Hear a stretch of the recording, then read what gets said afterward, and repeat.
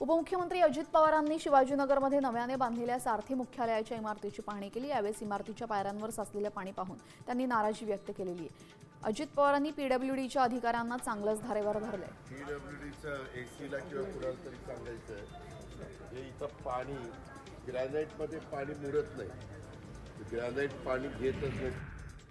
पुण्याच्या सिंहगड रोड परिसरामध्ये कोयता गँगनं दहशत माजवलेली आहे। माणिक बागेमध्ये 3 जणांनी कोयत्यानं शोरूम फोडलंय, तसंच गाड्यांचीही तोडफोड केली। या प्रकरणी सिंहगड पोलीस स्टेशनमध्ये गुन्हा दाखल करण्यात आलाय। दरम्यान या घटनेमुळे परिसरामध्ये भीतीचं वातावरण पसरलंय।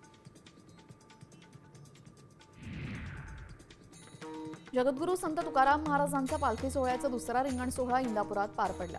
टाळ मृदुंगाचा गजर, विठुरायाच्या जयघोषात आनंद सोहळा बघायला मिळाला। हा रिंगण सोहळा डोळ्याचं पारणं फेडणारा होता। आज तुकोबांची पालखी इंदापुरातच मुक्कामी असणार आहे।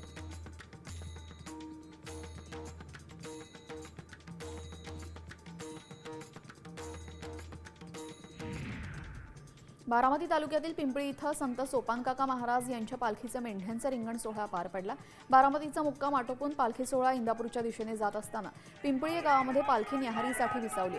यावेळेस पालखी दाखल झाल्यानंतर पालखीला मेंढ्यांच्या रिंगणाची परंपरा आहे।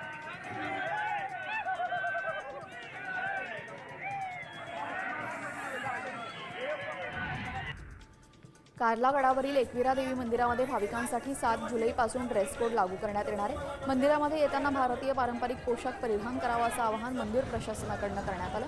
महिलांसाठी साडी, सलवार कुर्ता तर पुरुषांसाठी धोतर कुर्ता, पायजामा कुर्ता, पॅन्ट शर्ट अशा पारंपरिक वेशातच प्रवेश दिला जाणार आहे।